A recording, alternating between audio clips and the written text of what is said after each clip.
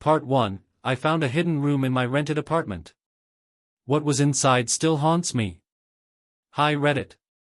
I've never posted anything this long before, but I need to get this out.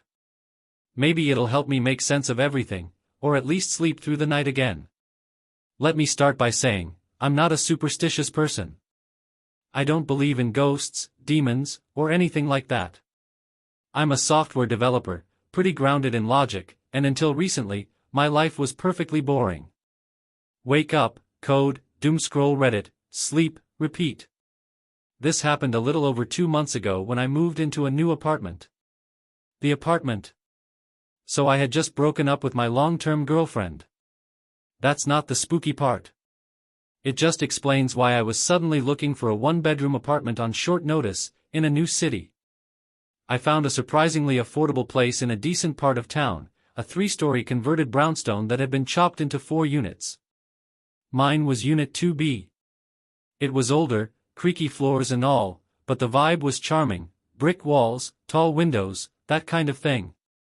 The landlord, a guy named Vic in his 60s, was one of those ex-hippie types who talks like every sentence is a secret. You know the kind? Anyway, everything seemed fine. A little dusty, maybe. But it had character. And I was ready for a fresh start. The noise. The first week went by quietly, which in city terms means perfect.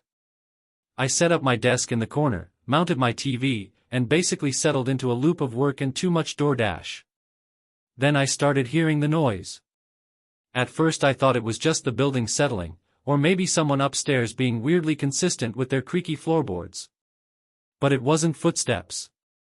It was scratching. Light at first. Like someone dragging fingernails across wood. But it would go on for long stretches, 15, 20 minutes, and always late at night, around 2 to 3 a.m. One night I got fed up and banged on the wall. It stopped. I felt a little proud of myself, not gonna lie. Like I'd scared off a raccoon or something. But 5 minutes later, it started again. This time, closer. The discovery. Fast forward a few days. It was Saturday, and I had the day off. I finally decided to deep clean the apartment, especially the weird closet next to the bathroom. It was one of those narrow utility closets you expect to be full of wires and insulation. But when I opened it, it was deeper than it looked. Like, much deeper. I pulled out the broom and an old vacuum someone left behind and noticed something weird about the back panel. It wasn't wood like the rest of the closet, it was drywall, but poorly painted over. A little newer, too. I pushed on it. It gave way. Behind it was a small opening. Just big enough to crawl through. My brain screamed nope, but you know how it is. Curiosity is a drug. I grabbed my phone, turned on the flashlight, and crouched down. The room. Reddit, I swear to God, it was a whole damn room. Tiny, maybe 6 by 8 feet, but a room. Concrete floor, unfinished walls, a single dangling light bulb that didn't work. No windows. The air smelled stale, like mildew and something else I couldn't place. But the weirdest thing? There were drawings on the walls. Hundreds of them. Black marker or charcoal. Scratches, spirals, weird humanoid figures with no eyes. Some had symbols around them, things I didn't recognize. I should have taken more pictures, but I only managed one before I heard something behind me. A soft thump. I turned, heart in my throat. Nothing. Except. The closet door was closed. I crawled back out, fast. Faster than I should have been able to. My knees were raw by the time I hit the hallway. The door hadn't just swung shut, it was latched. From the outside. I live alone. The burned journal. I emailed Vic, the landlord, and casually asked about any renovations or weird hidden storage spaces. His reply was, odd. Huh. Didn't think anyone would find that so soon. Best to keep it closed. Some things don't like being looked at. No explanation. No emoji. Just that. I didn't sleep much that night. The next day, I went back into the crawlspace. I know, classic horror movie mistake. But this time I brought a knife, a headlamp, and my buddy Matt on FaceTime. I found a tin box in the corner, half buried under dust and what looked like shredded fabric. Inside was a burned journal. Half the pages were gone, but the ones left were disturbing. They were dated between 1996 to 1997. The writer never used names, just initials, but the entries were panicked. Fragmented. Stuff like, "He's scratching again. Always when I close my eyes. Tried salt. Didn't work. Tried iron. That made it worse. It's not a ghost. Ghosts don't breathe." And the final entry. "I saw its face. Not again. Never again. I sealed it in. Please. Don't open." The black stain. The night after I found the journal, the scratching came back. Only this time it wasn't in the wall. It was inside my apartment. I checked everything, windows, doors, vents. Nothing. But in the morning, I found something that nearly made me puke. A black handprint. Smudged across my kitchen floor. Palm down, fingers too long, ending in sharp points. Like claws. I cleaned it immediately, then poured a full line of salt across the closet entrance. I'm not religious or spiritual or anything, but the journal had mentioned salt, so. Desperate people do desperate things. I also slept with the lights on for the first time since I was 12. The tenant before me. I decided to look into the unit's history. Turns out the guy before me, let's call him D, was evicted after neighbors complained about constant screaming and paranoid behavior. I tracked down one of the old tenants on Facebook. She didn't want to talk at first, but eventually messaged me this. He said something lived in the walls. Something that mimics you. We all thought he was just cracked out. But I did hear it, too. Once. It sounded like me, calling from inside his apartment. I haven't told anyone this in real life. Not even Matt. But 2 nights ago, I was brushing my teeth when I heard it. From the hallway. My own voice. Whispering, "Come back inside." I ran. Slept in my car. Haven't been back. I'm not done. There's more. So much more. But this is already long, and I need to sort through some things before I post again. I'm scared Reddit. Not like, oh spooky ghost story lol, scared. I mean viscerally, existentially scared. I don't think I was supposed to find that room. And I think something followed me out. Edit, I'll post part 2 soon. I need to charge my phone and check in with someone. If you've heard of anything similar, anything, please let me know. Also, here's the one photo I took of the wall before I bailed. I don't know what the symbols mean. Maybe someone here does. Part 2, what I found in the hidden room wasn't just scary, it was alive. Okay. So, quick update before I dive in, yes, I went back. Yes, I know how stupid that sounds. And yes, things have gotten way worse. Let me start from where I left off. After that night, the one where I heard my own voice calling from the hallway, I stayed in my car. I didn't even lock up the apartment. Just left. At 3:12 a.m. I drove around aimlessly for an hour, blasting music and chugging gas station coffee like it was holy water. Eventually, I parked outside a Walmart and tried to sleep, but every time I closed my eyes, I saw that handprint. Or heard my voice whispering from the dark. I called Matt the next morning. I told him everything. To his credit, he didn't laugh. "Dude, I'm coming over," he said. "You're either going insane or your apartment is haunted. Either way, I'm not letting you deal with it alone. Return to Unit 2B. Matt showed up around noon with an overnight bag, a baseball bat, and 3 energy drinks. Legend. We walked up together. The door was still slightly open from the night before, which felt like a horror movie red flag. I let Matt go in first. Because I'm a great friend. Inside, everything looked the same, at first. Until Matt said, "Dude. What's that smell?" It was like iron and wet wood. Almost metallic. And stronger near the closet. The salt line I'd laid down? Disturbed. Scattered. Like something had crawled through it. The crawlspace, again. Matt insisted we go back in. I told him about the drawings, the journal, everything. He thought maybe there was some old squatter hideout, or the landlord had a shady past. Logical explanations. We put on gloves and crawled in, this time with better lights. The smell was worse inside. And something had changed. Some of the drawings had been smudged. Not all of them, just the faces. The eyes were scratched out, or replaced with open circles. Worse, there was something new on the far wall, a rectangle drawn in chalk, maybe 3 feet high. Inside it, someone had written in jagged block letters.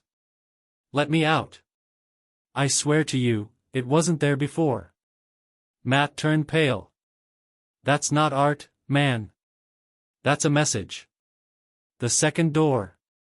Then Matt saw it, a hatch.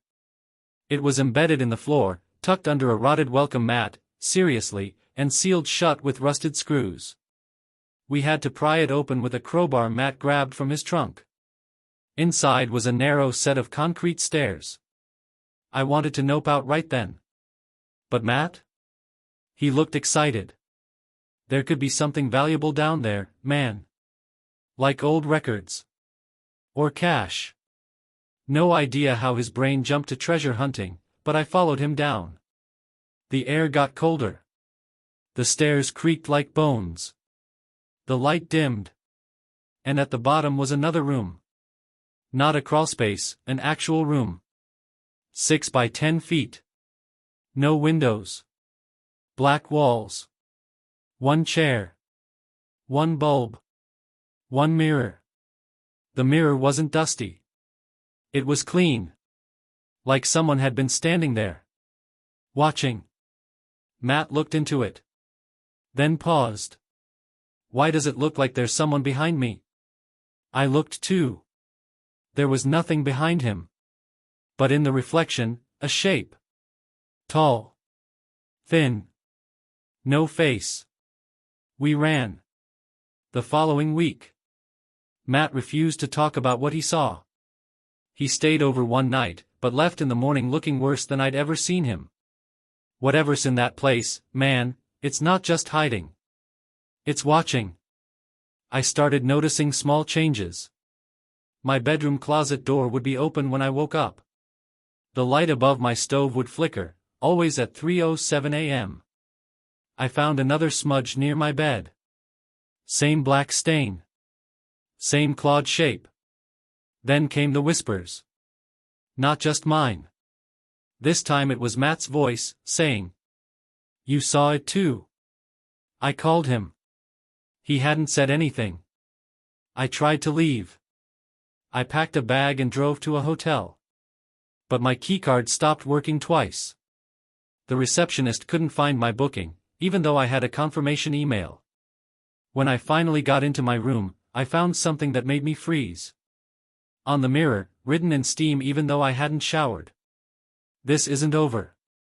I left immediately. But my car wouldn't start. It took 30 minutes and a jump from a stranger before I got it moving. I went back to the apartment. I don't even know why. The tape. Back in the crawlspace, I searched the room more carefully. Found a panel in the floorboards. Inside was an old cassette tape, labeled "Play Alone," in Sharpie. I borrowed a player from a thrift store and waited until midnight. The recording is... I don't even know how to describe it. Whispers, static, and then a voice, my voice, saying things I've never said. "You let it out. You can't leave. You brought it upstairs." I dropped the tape and ran outside, barefoot, into the rain. When I looked up at my window, someone was standing there. Tall. Thin. Watching. I think I'm being followed. Since that night, weird things have been happening outside the apartment. A man in a gray hoodie followed me into a bookstore, but vanished before I could confront him. My boss says I called in sick 3 times, when I didn't. My phone has voicemails I didn't listen to, all silent except for faint breathing. And last night, Matt went missing. His sister texted me saying he hadn't shown up for work, hadn't answered his phone. I drove to his place. The door was ajar. And inside, his TV was on. Frozen on a paused frame. It showed my apartment. From the inside. I'm not alone anymore. Reddit, I don't know how to end this part. I don't know what's real anymore. I'm going back in. One more time. There's something in that mirror. Something in that second room I didn't see before. I'll post part 3 if I make it out. If not, don't let anyone rent Unit 2B. And don't open the hatch.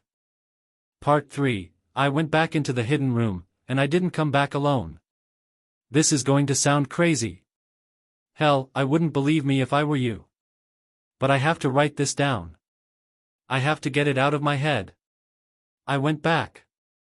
And I didn't come back alone. The third visit. I don't remember walking back into the apartment. 1 minute I was in my car, staring up at that dark window. The next, I was standing in the crawlspace again. The mirror room. Only, the mirror was different this time. Cracked. A web of fractures ran through it, but my reflection was intact. Then it blinked. I didn't. It did. I stumbled back and hit the chair behind me. That same old wooden thing. I don't know why I sat in it, but I did. And the light flickered on. Then the door slammed shut behind me. Inside the reflection. This next part. I swear I'm telling the truth. I saw myself in the mirror. But it wasn't just a reflection, it was another me. Same hoodie, same jeans, but his eyes were all wrong. Too wide. Like they were stretching across his face. He smiled. Then he raised his hand and pointed behind me. I turned slowly. Nothing there. When I looked back, the mirror was empty. But the chair across from me wasn't. It looked like Matt. It sat just like him. Same hoodie. Same stupid sneakers with the loose laces. Matt? I whispered. No answer. I got closer. Reached out. Then it turned its head, completely backwards. No sound. Just that awful crackle of bone. Its face was Matt's, but wrong. Like someone had drawn him from memory and gotten it almost right. It opened its mouth and said, "You invited us." Not me. Us. I ran. I slammed against the hatch door, clawing at it, screaming. The stairs behind me stretched longer and longer, like the hallway from a nightmare. Then a hand grabbed my ankle. Back in the apartment. I woke up in my bed. I don't know how I got there. My clothes were damp, like I'd been outside. Mud on my socks. My phone said it was 3 days later. 3 days. There were missed calls from Matt's sister. From work. From a number I didn't recognize, +1000000000000. No voicemails. I opened the closet. Nothing. Then I saw the mirror. It was leaning against the wall. The one from the crawlspace. No cracks. Just one message written in what looked like grease. "You're the door now." The voices won't stop. I'm hearing things constantly now. Matt, whispering from my kitchen. My own voice humming songs I've never heard. That thing from the mirror saying, "Let me wear you again." My reflection doesn't always sync with me anymore. Sometimes I smile when I'm crying. Sometimes I blink twice, and it doesn't. Last night I stared into the mirror and said out loud, "I'm not afraid of you." It responded, "You should be." I didn't say anything after that. I just turned it to face the wall. In the morning, it was facing me again. Matt came back. Kind of. I got a knock at the door around midnight. I shouldn't have answered it. I know that. But it was Matt's voice. "Dude, open up. It's freezing." He looked normal. Tired. Pale. But it was him. I let him in. He sat down on the couch and said, "They don't like that you left." I asked him who. He didn't answer. Just looked at the mirror. Then he smiled, just like the reflection had. I blinked, and he was gone. Like he'd never been there. The couch was still warm. I burned the mirror. I took it outside. I doused it in lighter fluid. I set it on fire. It screamed. Not like glass cracking. Not like burning wood. It screamed. Like a person. 100 voices all at once. My voice. Matt's voice. Voices I've never heard. And just before it cracked down the middle, I saw myself inside it, on fire, screaming for help. Then it shattered. And everything went silent. The building is changing. Now it's not just my apartment. Neighbors have started complaining about strange noises. Pets going missing. A woman from 2C said her husband came home acting different, like he was trying on his own skin. A kid from the 4th floor drew something on the laundry room wall in crayon, the mirror room. Perfectly. Every detail. They've never been in my place. How would they know? I don't know who I am anymore. I sleep, but not really. Sometimes I wake up standing in the crawlspace. Sometimes I wake up watching myself sleep. Last night, I found a drawing on my pillow. It was me. But with hollow eyes. And no mouth. Underneath it, scrawled in messy handwriting. "It's your turn now. This will be my last post. I'm leaving tonight. Not just the apartment. Everything. I'm going somewhere off-grid. No phone. No mirrors. If you see a listing for Unit 2B, don't rent it. If you see your reflection blink when you don't, run. And if someone who looks just like you knocks on your door, don't let them in. Edit, if anything happens to me, check the crawlspace. Under the chair. There's a second tape.